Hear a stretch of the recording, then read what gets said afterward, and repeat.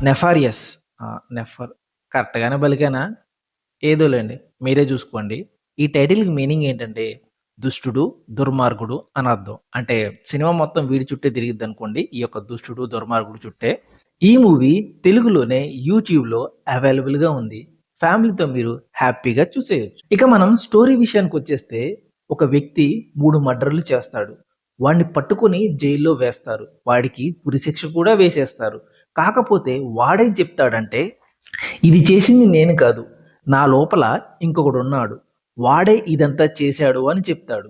అదే మన అపరిచితులో split personality ఉంటది గదా! సేమ్ అలాగే అన్నమాట. ఇక మనోడి ప్రవర్తన గూడా రకరకాలుగా ఉంటదనుకోండి. నిజంగా వీడు చెప్తున్నది నిజమా? లేకపోతే ఉరిశిక్ష నుంచి తప్పించుకోవడానికి ఇలా నాటకం ఆడుతున్నాడా? అన్న విషయాన్ని తెలుసుకోవడానికి ఒక సైకియాట్రిస్ట్‌ని పిలిపిస్తారు. ఆ సైకియాట్రిస్ట్ పేరు జేమ్స్. ఈ యొక్క ఖైదీ ఉన్నాడు గదా! వీడి పేరేమో ఎడ్వర్డ్. జేమ్స్ వచ్చి ఎడ్వర్డ్ ముందల కూర్చున్న వెంటనే ఎడ్వర్డ్ ఇలా అంటాడు. "నువ్వు నన్ను ఇంటర్వ్యూ చేయడానికి రాలేదు. నేనే నిన్ను ఇంటర్వ్యూ చేయించడానికి పిలిచాను" అని. ఈ మాట విన్న జేమ్స్ తొక్కలే అన్నట్టు లైట్ తీసుకొని తన యొక్క ఇంటర్వ్యూ స్టార్ట్ చేస్తాడు. ఇప్పుడు మన జేమ్స్ యొక్క పని ఎడ్వర్డ్ లోపల ఇంకొకళ్ళు ఎవరన్నా ఉన్నారా? లేకపోతే వీడు నాటకం ఆడుతున్నాడా? అని తెలుసుకోవటం. ఈ మూవీ ఒక సైకలాజికల్ హారర్ థ్రిల్లర్. హారర్ అన్నాను కదా అని జంప్ స్కేర్‌లు, భయపెట్టే సీన్‌లు, సడెన్‌గా వచ్చిపోవటాలు ఇలాంటియేమన్నా ఉంటాయని అనుకునేరు. అలాంటియి ఏముండవు. సైకలాజికల్ థ్రిల్లర్ కాబట్టి మనిషి మైండ్ లోపల జరిగే హారర్ థింగ్స్ అన్నమాట. ఈ మూవీ గంట 40 నిమిషాలుంటది. కానీ 90% ఆఫ్ మూవీ ఇద్దరు వ్యక్తుల మధ్య జరిగే కాన్వర్జేషన్. యెస్. ఈ సినిమా మొత్తం ఇలాగే ఉంటదన్నమాట. ఇద్దరు వ్యక్తులు కూర్చొని మాట్లాడుకుంటూ ఉంటారు. సినిమాలో 90% ఈ ఒక్క సీనే మీకు కనపడతా ఉంటుంది. వీళ్ళిద్దరూ కూర్చొని మాట్లాడుకుంటూ ఉంటారు. ఇంతే సినిమా అన్నమాట. వీళ్ళిద్దరి మధ్య కాన్వర్జేషన్ ఏం జరిగింది అనేది మిగతా కథ. ఇద్దరు వ్యక్తులు కూర్చొని మాట్లాడుకుంటున్నారు. ఏం ఇంట్రెస్టింగ్‌గా ఉంటుందిలే అని అనుకునేరు. అలా అస్సలనుకోవద్దు. వీళ్ళిద్దరి మధ్యన కాన్వర్జేషనే చాలా ఇంట్రెస్టింగ్‌గా ఉంటది. మన ఎడ్వర్డ్ గాడి నటనుంటది. వాడు చెప్పే మాటలుంటాయి. వాడిచ్చే ఎక్స్‌ప్రెషన్స్ ఉంటాయి. నేను doctor James Hartin Martin, professor university of మన ఎడ్వర్డ్ గారి మాటలింటా ఉంటే ఒకసారి నిజం అనిపిస్తది. ఇంకోసారి అబద్ధం అనిపిస్తది. ఇంకోసారి ఈడేంట్రా ఇంత తెంగరగా మాట్లాడుతుండు అని అనిపిస్తదనమాట. అసలు ఈడు ఏం మాట్లాడుతుండో, ఎందుకు మాట్లాడుతున్నాడో అనేది సరిగ్గా అర్థం కాదు. కాకపోతే క్లైమాక్స్‌కొచ్చేసరికి మీకు క్లారిటీ వస్తదనమాట. మన ఎడ్వర్డ్ జేమ్స్‌తో చెప్తాడు. నాలో ఒక వ్యక్తున్నాడు. వాడి పేరే నెఫేరియస్. వాడే ఈ హత్యలన్నీ చేశాడు అని. అప్పుడు జేమ్స్ ఎడ్వర్డ్‌ని ఇలా అడుగుతాడు. ఇంతకీ అసలు వాడెవడు? నీ లోపలికి ఎందుకొచ్చాడు? ఈ హత్యలన్నీ ఎందుకు చేయించాడు అని. అప్పుడు ఎడ్వర్డ్, వాడు ఒక డీమన్. వాడిని క్రియేట్ చేసింది కూడా దేవుడే. దేవుడు వాడికిచ్చిన పనిని వాడు నా ద్వారా నిర్వర్తించాడు అని. వాడిప్పుడు నా లోపలే ఉన్నాడు అని. ఎందుకంటే నేను చావను. నేనొక డీమన్. ఇప్పుడు నీతో మాట్లాడుతున్నది కూడా వాడే, నేను కాదు అని. ఇలా వీళ్ళిద్దరి మధ్యన కాన్వర్జేషన్ అనేది చాలా ఇంట్రెస్టింగ్‌గా నడుస్తది. సినిమా కొంతసేపు జూసిన తర్వాత మీకొకటి అర్థమైద్ది. నిజంగా జేమ్స్ ఎడ్వర్డ్‌ని ఇంటర్వ్యూ చేస్తున్నాడా? లేకపోతే ఎడ్వర్డ్ జేమ్స్‌ని ఇంటర్వ్యూ చేస్తున్నాడా అని. అంటే మొత్తం ఎక్కడికక్కడికి రివర్స్ అయిపోద్దనమాట. మన ఎడ్వర్డే క్వెషన్‌లు అడుగుతా ఉంటాడు. జేమ్స్ చెప్తూ ఉంటాడు.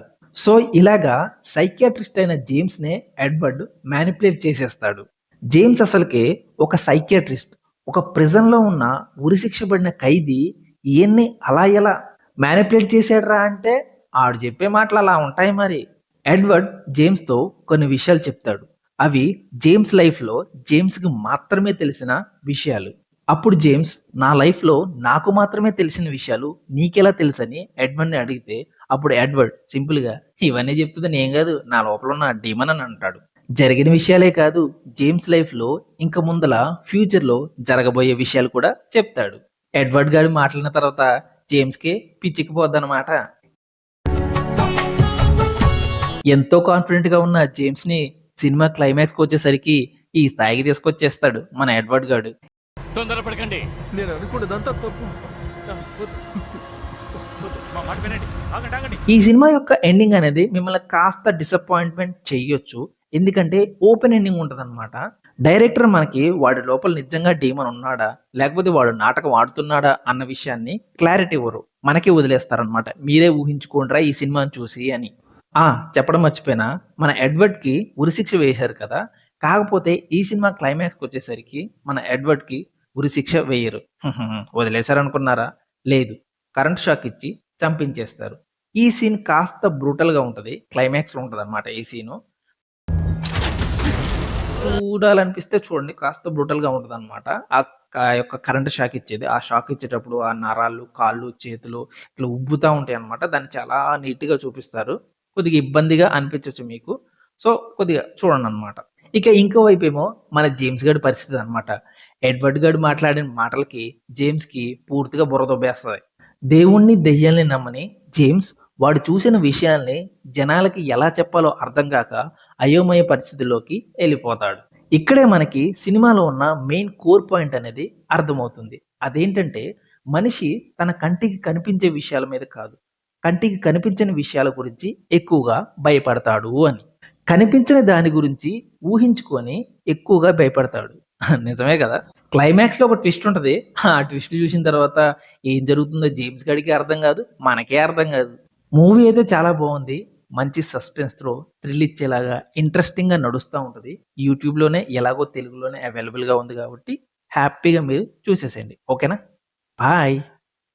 ప్రతి విధవరాలు ఏడ్చి ఏడుపు, ప్రతి పసిపిల్లాడి ఏడుపు స్వర్గానికి ఒక గుణపాఠం నేర్పుతుంది. నువ్వు నన్ను ఇంప్రెస్ చేయాలనుకుంటున్నావా? కానీ ఇది నువ్వు చెప్పింది కాదు, షేక్స్పియర్ చెప్పింది.